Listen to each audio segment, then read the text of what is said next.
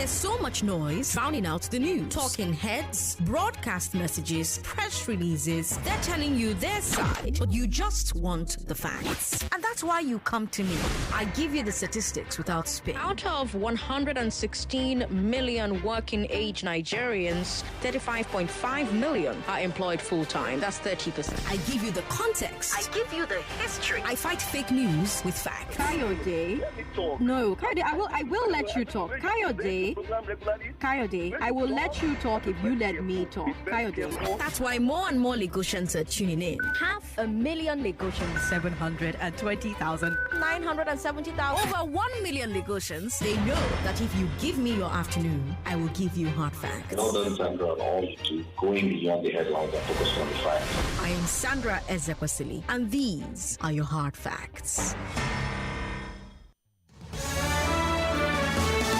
Hello, Lagos. Good afternoon. I am Sandra Ezekwesili, and these are your hard facts. I will say I have missed saying that. Eid Mubarak. If you're a Muslim listening to Hard Facts, I hope that this holy day has been meaningful and powerful for you. And for those of you who have the day off, enjoy.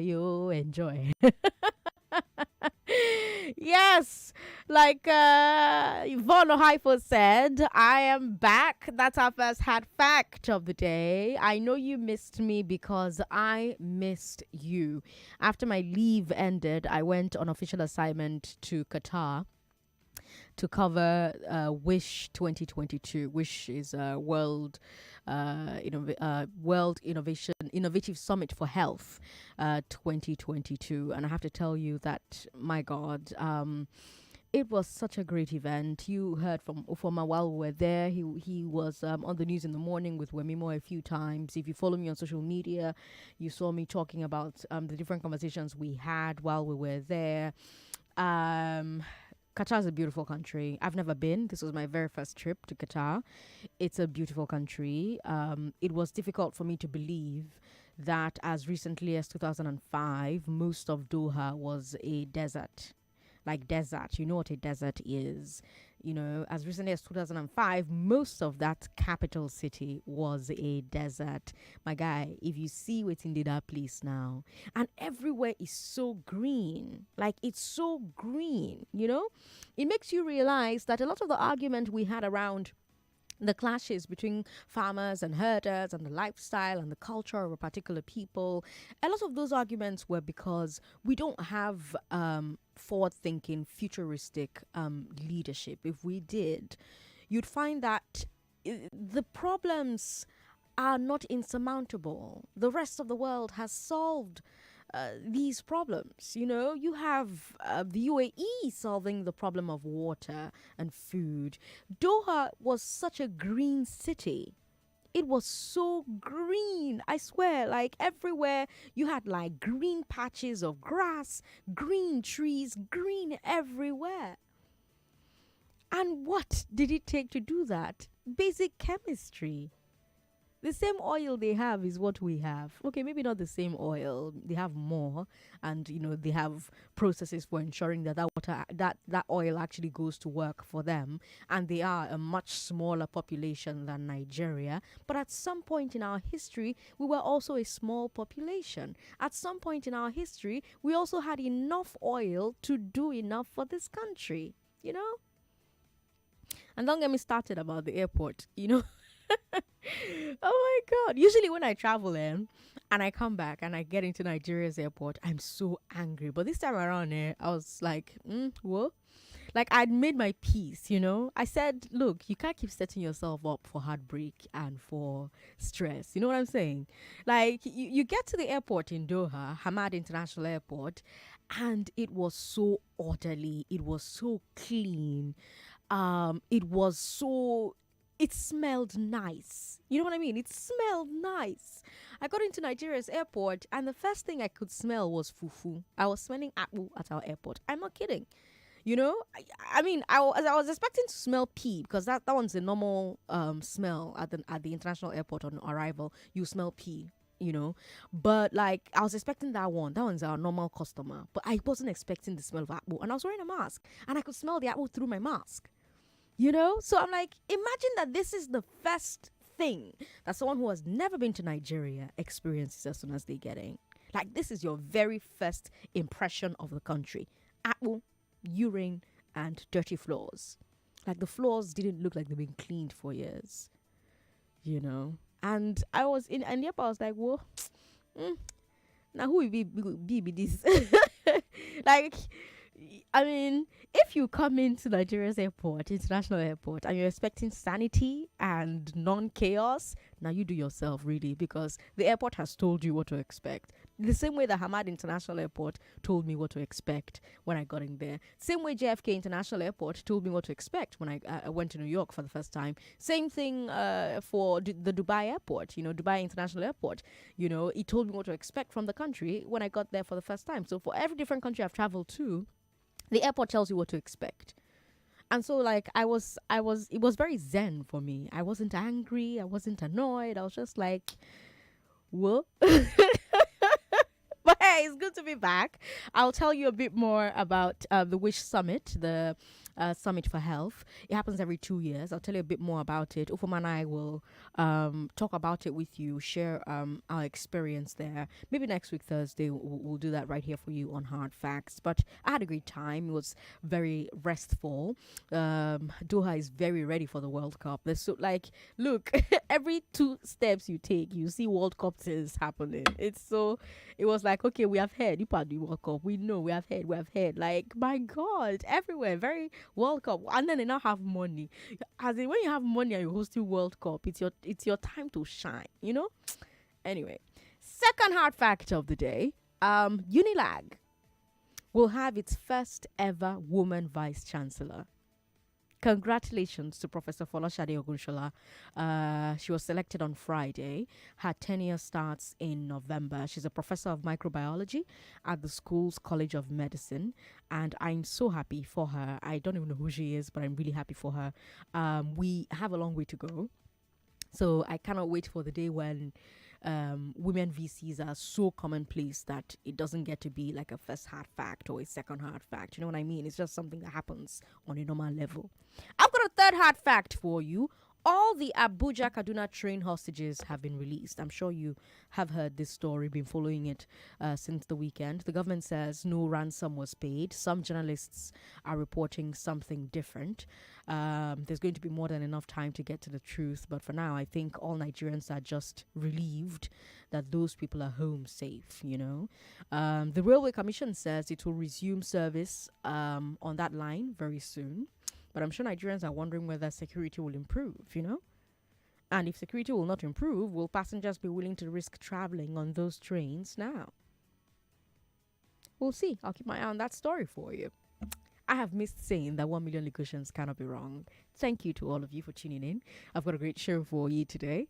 Let's start with the big weekend. We'll talk about the flooding in many states, and then we'll talk about illegal crude oil pipelines. On Madam Landlord, let's talk about something easy for your holiday. Nightmare neighbors. Have you ever had a nightmare neighbor from hell? Have you ever shared your house with a nightmare neighbor, so a nightmare roommate? So those ones that refuse to take out the trash, refuse to contribute for the compound, refuse to wash the toilet, if it's the kind of compound where you share toilets and have a roster for who will wash the toilet, that sort of thing. We'll talk about that at 4 o'clock. On the big hard fact, let's talk about the road to 2023. MC Olomo led a Tinubu support rally here in Lagos. Atiku flagged off his campaign in Uyo. Only one party is fielding candidates in every race. Find out which one at 5 p.m. As usual, we'll have updates for you at the top of every hour. But let's get started with today's Big Three. I'm Sandra Ezekwesili, Lagos. These are your hard facts. The big weekend.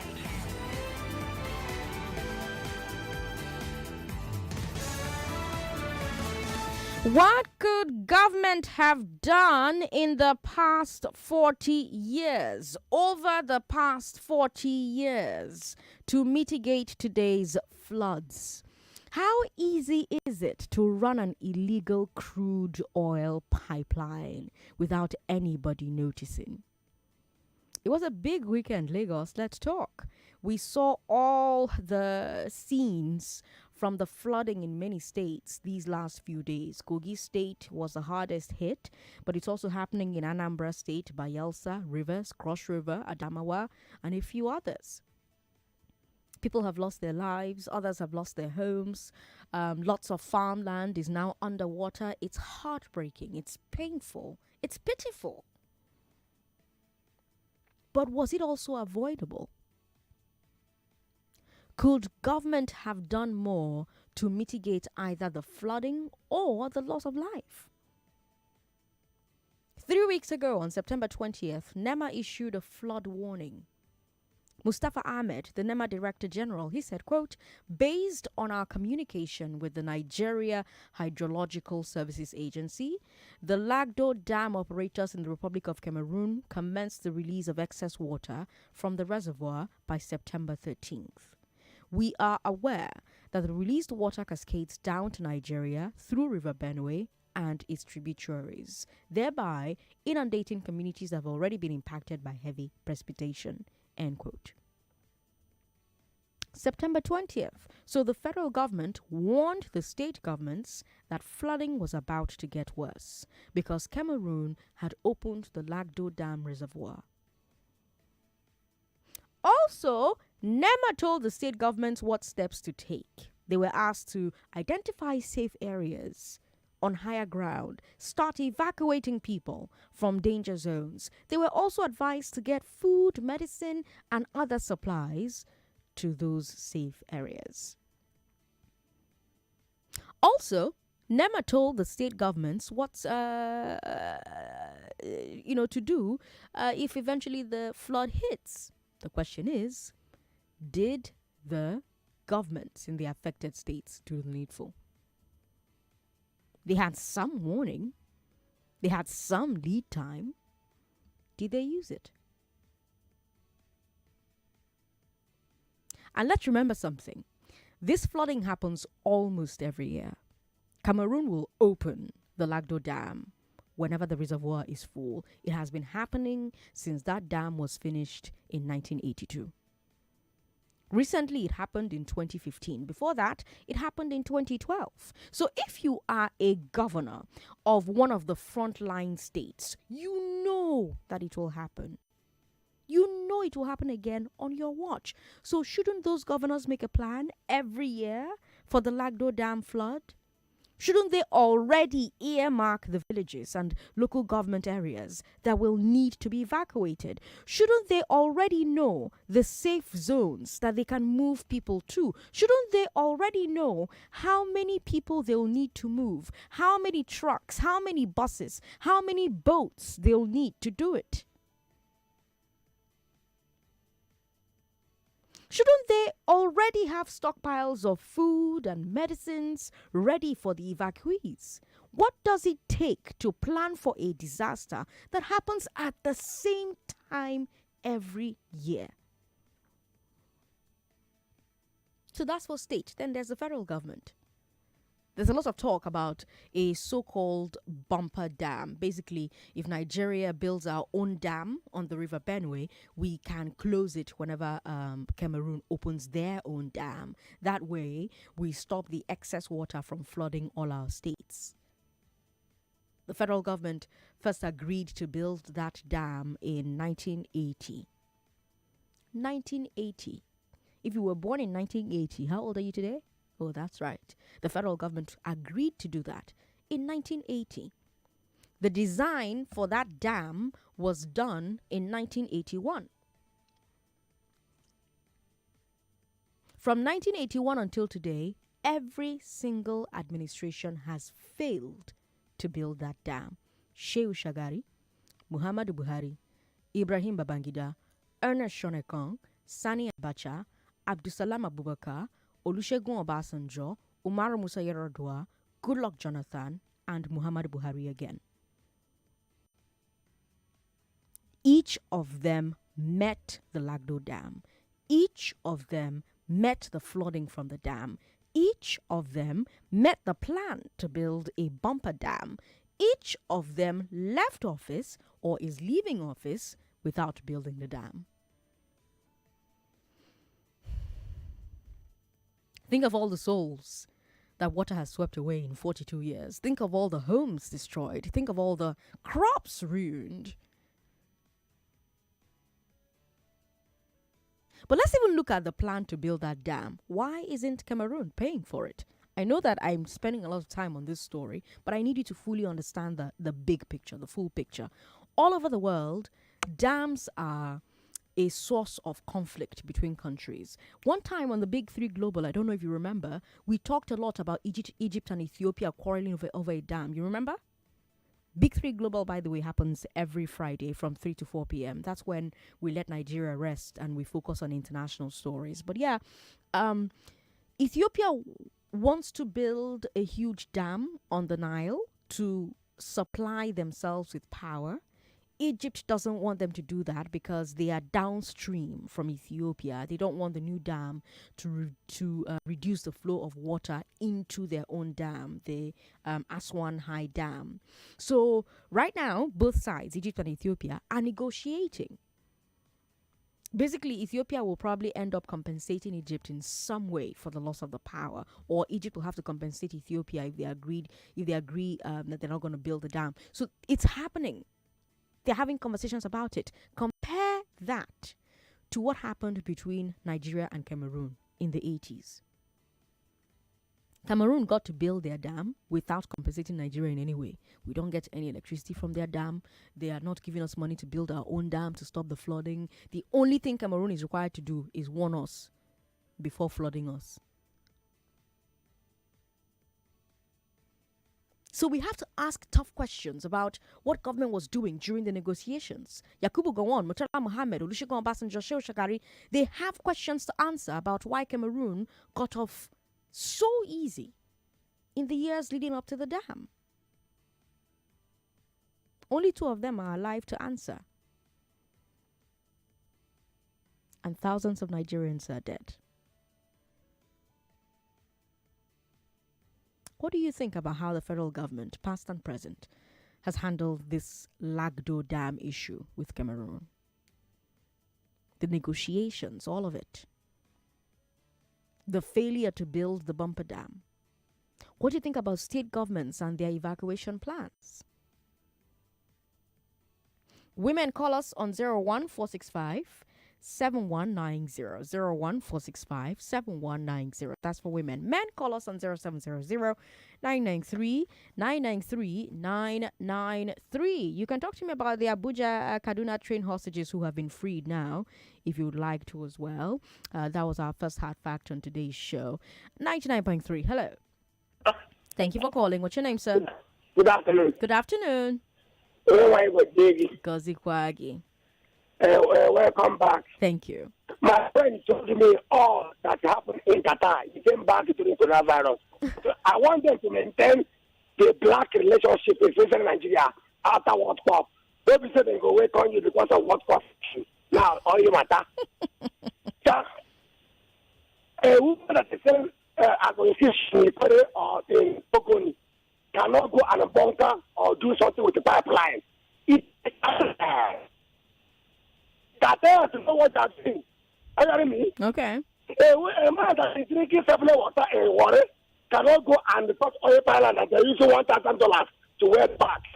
That's what I can say. Concerning people that they release, let government compensate them. If you not compensate Boko Haram, we hold them. So compensate the people that they carry this 28th of March 2022. But please compensate our brothers that have seen where, that have saw where, and have seen where. All right, thanks for calling. Remember, everybody gets 1 minute. 99.3, hello. Hello. Hi, how are you? What's your name, ma'am? Meg, it's good to have you back. We really missed you. I missed you guys. It's like too. 1 year. Everywhere was just boring. No. Thank God for joining me. It's good to have you back. Thank you. It's good to be back. Sweet to hear your voice once again. Thank you very much. Welcome back. Thank you. Thank you so much. Hey. Okay. All right. I guess that's all she called to say. We've got Emmanuel in Ekpe on the line. Hi, Emmanuel. Good afternoon, Sandra. Good afternoon. Welcome. Welcome. Thank you.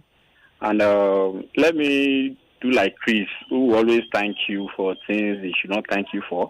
I'm sorry. I want to say thank you for not being angry. When you go to Nigeria.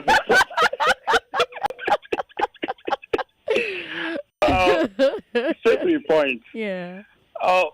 Listen, Sandra. Yeah. It's not looking good for people in the South and some part of the Southeast. Okay. The flood is massive. It really is. The villages over there, the people are suffering.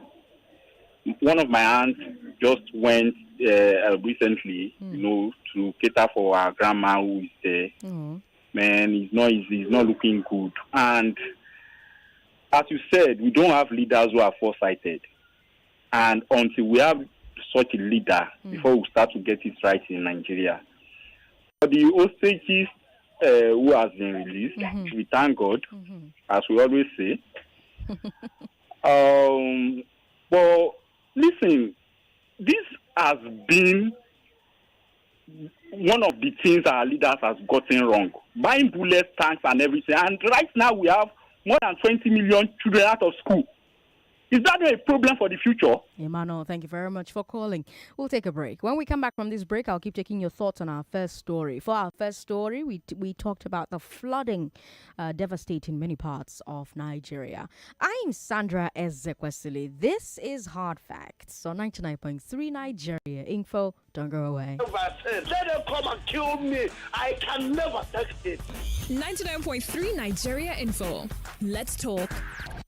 If you get business, now Rain Money Business Loan sure pass. You no go pay any money for the first 4 weeks. And once you clear the balance, your next loan will reach 99% more money with interest rate way better pass. Just enter internet, type rainmoney.com or call 0700 5500. Need money? Rain Money. Dreaming of becoming a professional screenwriter, video editor, an OAP, or a thriving entrepreneur in the music, cultural, and creative industries? Visit www.wazobia.academy to sign up for a training course that suits your interest and get trained online for highly subsidized fees by leading local and international experts. You could be eligible for an internship opportunity. You can access the training on your mobile phones without data right after the first download and study at your own pace. Wazobia Academy. Learn and lead. Terms and conditions apply. When person supposed chop, which kind of food? They say no test before you marry. I go test. Even the day of my wedding, I go test before I go church. They just won't keep eating. So I don't want to say about this section of the church. I will test before I buy. Even if it is me, I will test too. Test and test and test and test again. That full course meal you want church. This one I read better talk. Join us, Talk Better Talk, every Monday, Tuesday, and Thursday for 7 p.m. on Top Wazobia TV and Wazobia Max TV, UHF 57, DSTV 259, GoTV 98, and Star Times 195.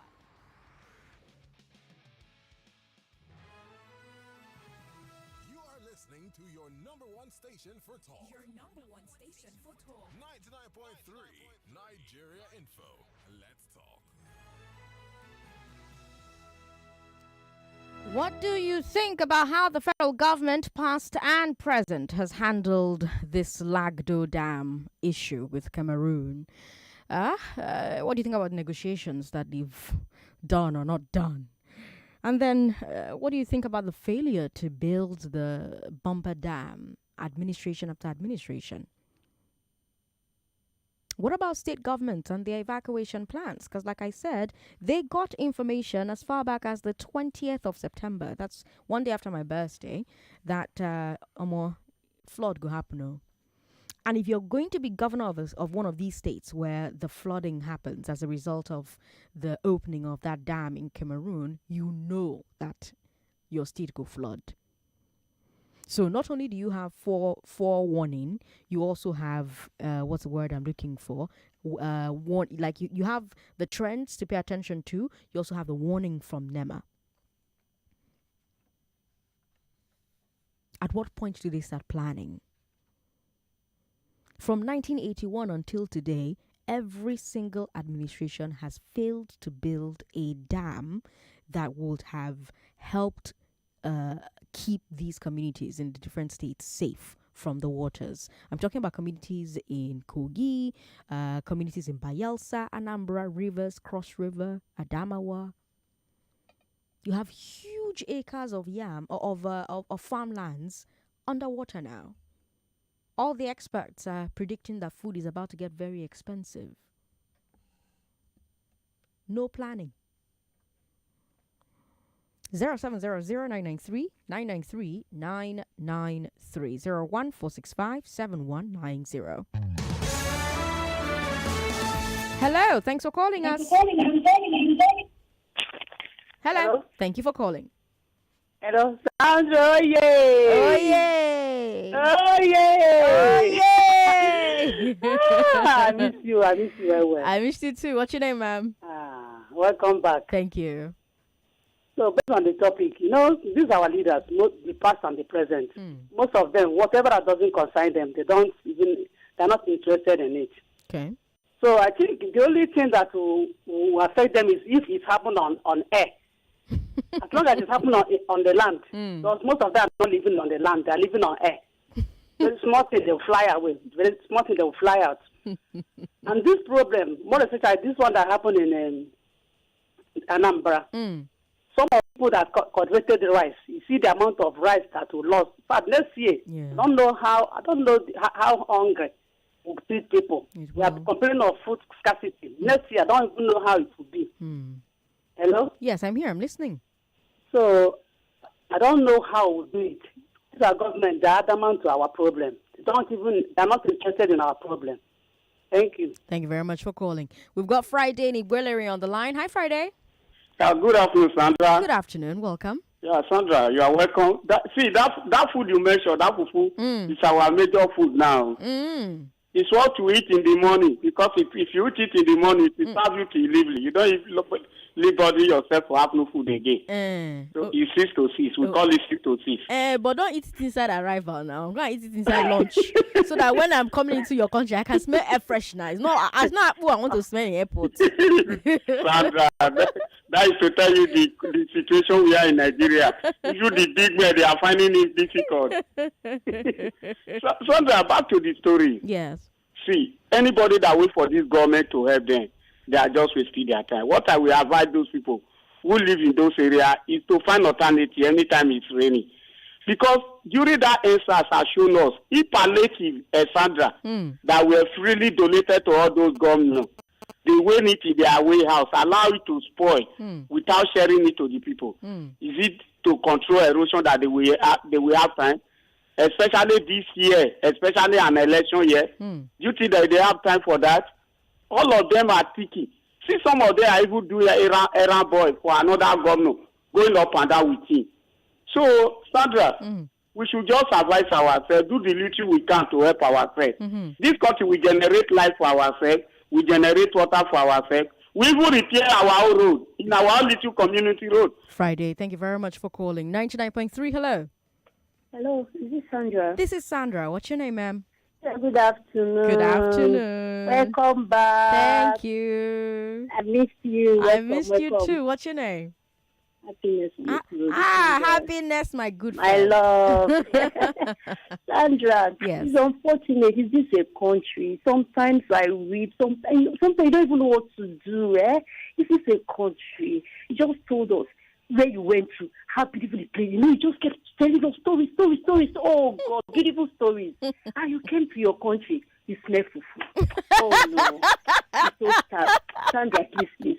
Enjoy your country. Happiness. Thank you very much for calling. All right, let me bring you our second story, and then we'll talk about both of them at the same time, right? Like I said, it was a really big weekend, but we had two stories that dominated: the floods and the illegal crude pipelines near Forcados. There's a lot of finger pointing going on with that story. There's a lot of no be me happening with that story. You have Shell saying that the pipeline was 30 kilometers away from their right of way, so they had no idea about it. you had some controversy about the age of the pipeline. Remember, Melekiari said that it's 9 years old, and immediately he said that, oh, it's 9 years old. Some experts questioned it, right? So first of all, the experts were saying, okay, well, how did you arrive at that number? What forensics were used to determine when the pipes were laid? Because remember, there's a difference between the age of a pipe and the time that the pipe was laid. Some people are accusing the NNPC of playing politics, because if the pipe was laid 9 years ago, it means it was laid during the Jonathan administration. But were we experiencing this level of oil loss under Jonathan? The answer is no. According to Statista, under Jonathan, output stayed around 2 million barrels a day with no major drops. Remember, Yar'Adua negotiated amnesty with MEND, and Jonathan enjoyed that same amnesty. It's only recently that we started seeing this sharp level of oil loss. And then there's the question of how. How were people able to install a 4-kilometer pipeline in the ocean without the authorities being aware? You ask any petroleum engineer what it takes to do this, and they will give you a list. First of all, you can't do it while oil is pumping. You get the point? You have to shut down the flow before you cut the pipe. How did they shut down the flow without the different operators on the pipeline being aware? Then after you cut the pipeline, you need to install the joint. Then you need to test the joint to make sure it can handle the pressure. There is no way to do all of this in less than a week. So that means for 1 week, that pipeline was inactive. And nobody noticed? Then there's the operation itself. Do you know what it takes to install underwater pipelines? Think about the boats and the barges that are bringing the materials. Think about the cranes. Think about the scuba divers and their equipment. I know that there are people who listen to me who work offshore, who work on rigs. Are we saying that all of these things were happening less than 5 kilometers from critical infrastructure for days, and the Navy did not notice? And then, after they are done, they switch the flow back on. How come NNPC's sensors did not detect that, okay, new pipeline don't plug? Because remember, that new pipeline will reduce the pressure everywhere. It's like in your house. If you use a water tank and all your taps upstairs are on at the same time, you're going to notice that the pressure will drop. Same thing with oil. And NPC has pressure sensors all along the pipeline network. Didn't those sensors show a massive pressure drop? How come no action was taken? 0700-993-993. I want to hear your thoughts on this story. Also, reach out to me via social media. WhatsApp is 080-959-75805. Facebook is Nigeria Info 99.3. We're streaming live there. And I want to hear your thoughts. But before I come to you, let me play something that Peter Obi said about this situation. He's the Labour Party presidential candidate. Oil in Nigeria is being stolen by people in government. Nobody can steal oil. It's not a sweet. You can't go into grocery shop and steal something and put it in your pocket and go away on your back. You can't steal oil like that. For you to steal oil, a ship has to come into your territorial waters, load the oil. And no ship can go into a nation's territorial waters without the approval of its navy. And you load it. For you to leave, you have to have approval. And everybody knows where every ship is on the surface of the earth. It's something that is recorded. So, if somebody is able to take away oil, there's a high level connivance between external and internal people who have organized for the oil to leave. And you can even trace the oil to where it is offloaded. So it's not something, it's not an easy thing to steal. It can only be done officially. So far, Obi is the only front-runner candidate to comment on this issue. If the others talk about it, I'm going to tell you what they say as well. But I'm curious what you think of Obi's assessment. By the way, if you're watching our live stream, I'm showing you Saudi Aramco's control room. Our live stream is Facebook, Nigeria Info 99.3. Go and check it out. If you're on Twitter, you've probably seen this video, maybe seen it on WhatsApp and Facebook as well. But if you haven't, go and see this video. I need you to see it. Saudi Aramco's oil control room. Saudi Aramco is the equivalent of NNPC. They have a massive control center where they monitor every pipeline in the nation. For those of you that are not watching, it's a room where all the walls are covered with computer screens. The screens are showing the status of every pipeline, every flow station, every terminal. You cannot steal a drop of Saudi oil, but apparently here in Nigeria, you can steal 500,000 barrels a day. Lagos, let's talk. 0700-993-993-993. Talk to me about our first story as well. I want to hear your thoughts on that story. We talked about the flooding. What do you think about the federal government, past and present, and how they have handled the Lagdo Dam issue with Cameroon?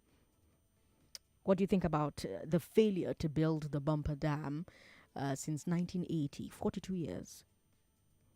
What do you think about state governments and their evacuation plans? Women, call us on 01465-7190. Men, call us on 0700-993-993-993. Hello, thanks for calling us. Hey, Sandra. Hey. Good afternoon, President Sandra. Good afternoon. What's your name, sir?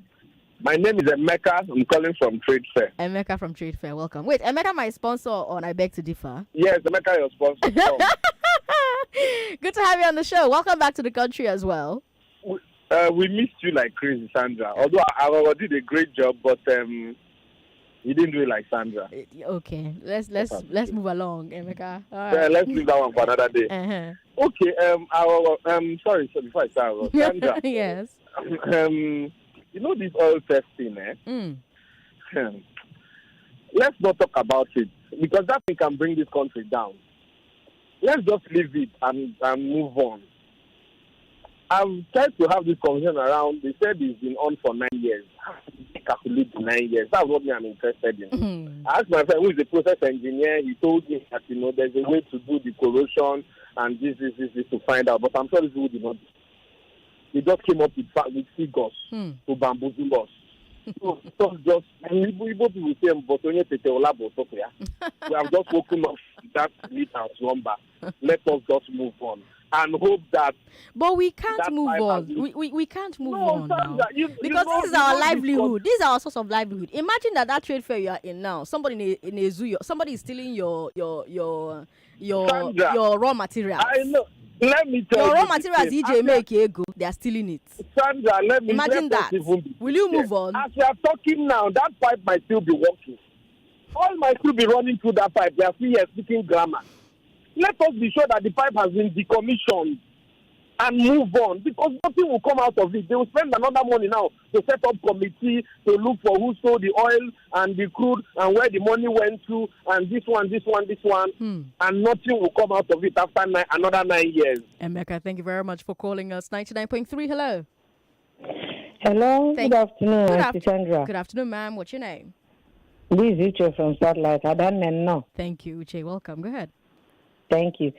You see, I don't agree with Emeka. Okay. That we should not talk about this oil theft. We have to talk about it. Okay. Because this is our major source of livelihood in this country.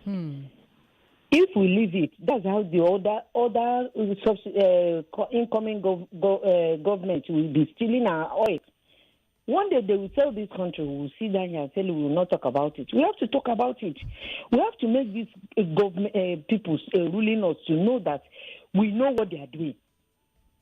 How can a government stay and they don't know when the oil is being stolen, where it is going, who is doing what? The corruption in this country is terrible. And let the subsequent government, the incoming government, they have to probe the outgoing ones so that we know where the things happening in this country is coming from. Uche, thank you very much for calling. 99.3, hello. Hello. Thank you for calling. What's your name, sir? Hi, good afternoon. My name is Admiral. Welcome, Admiral. Yeah, so I've been listening to everybody speak on this issue. First of all, somebody said something about the tap still running on that pipeline. Maybe. Yeah, I agree with that person. You think so too? Yes, I do. I absolutely do. With all the heat on the story, I don't think so. I think this is Nigeria. I mean, anything is possible. I mean, for them to say after 9 years they're just discovering it, I mean, it won't be so difficult for us to also say the tap is still on. So somebody is still benefiting from it. About the flood issue, the stakeholders are not affected in any way. They don't have houses in those regions. I mean, there are several governors in this country who live in Abuja. And there's no flood in Abuja, so why worry? Maybe until their houses are flooded. I saw a couple of videos on TikTok from the flood in Kogi. Yeah. Pretty bad. I mean, it is. It's pretty bad. Properties are taken up. They're not their properties. I mean, they have houses in UK and everywhere. So not until you're a stakeholder, you're directly affected. I don't think they will do anything about it. As long as it's not their house, it's not their family. Some of them who are even from those places have not been there in years. I like to travel by road. I was supposed to do a road trip a couple of weeks ago. I couldn't because Ihiala is now flooded down east and all. So unless they are affected, they're not going to do anything about it, and that's my take. Thank you very much for calling to share your thoughts. 99.3, hello. Hello, Sandra. How are you? Alex here. Alex, I have missed hearing Alex here. Oh, yes, of course. I missed you too. Nice to hear your voice. I did his best anyway, let me just say. Okay, all right. Did great. I'm grateful for him. Go ahead. Yes. You see, Sandra, God bless you for saying one thing, that most of the problems we face here, other parts of the world, people have solved them. Yeah. Let me tell you, I schooled in Nigeria as an university, even in a public University of Benin. You see, there are some of these things that were even taught in class. As in, it's that basic. It's not rocket science.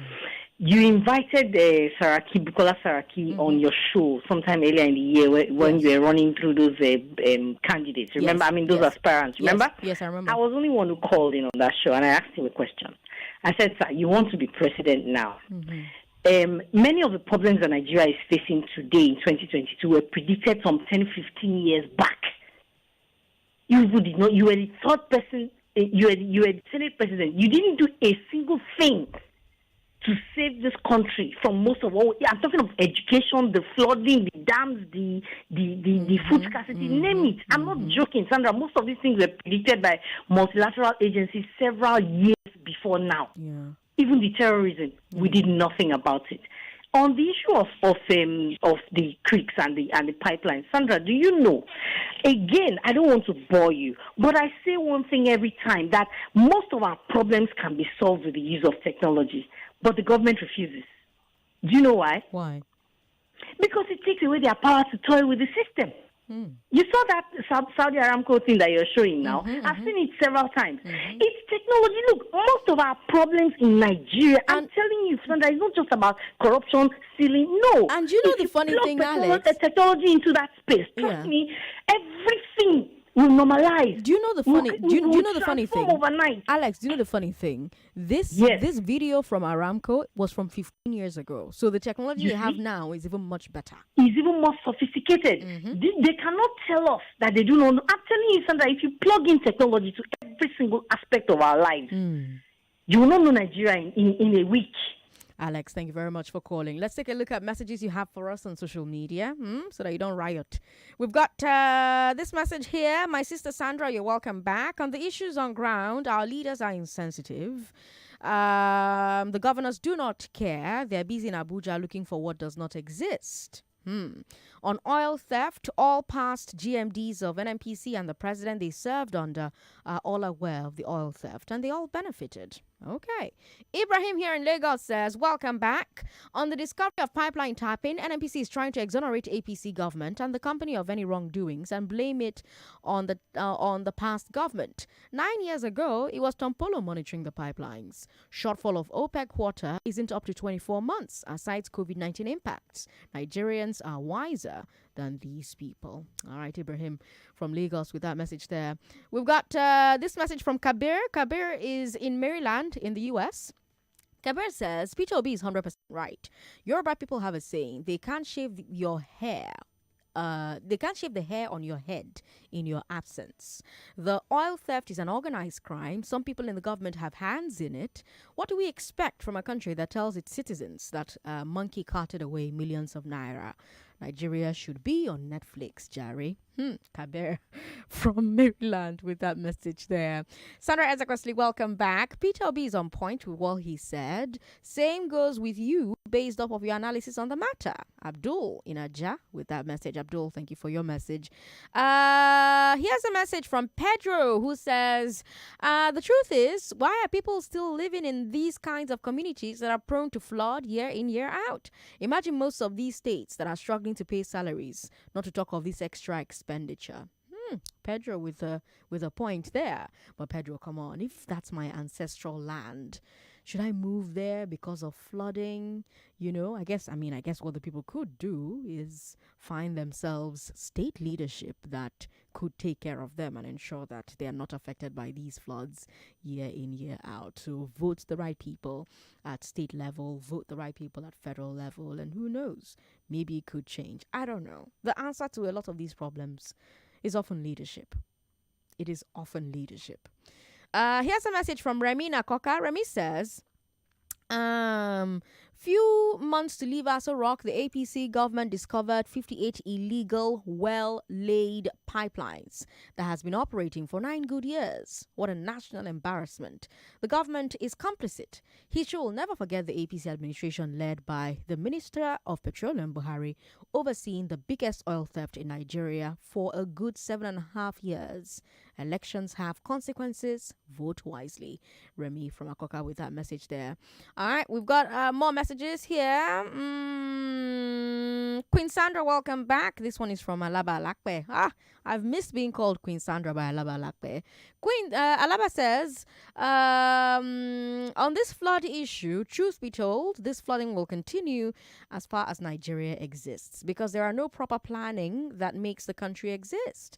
As we speak, most people still build houses on the canals. Government too still fills the water in the city to build estates there. So don't expect the flood to go away in the next 100 years.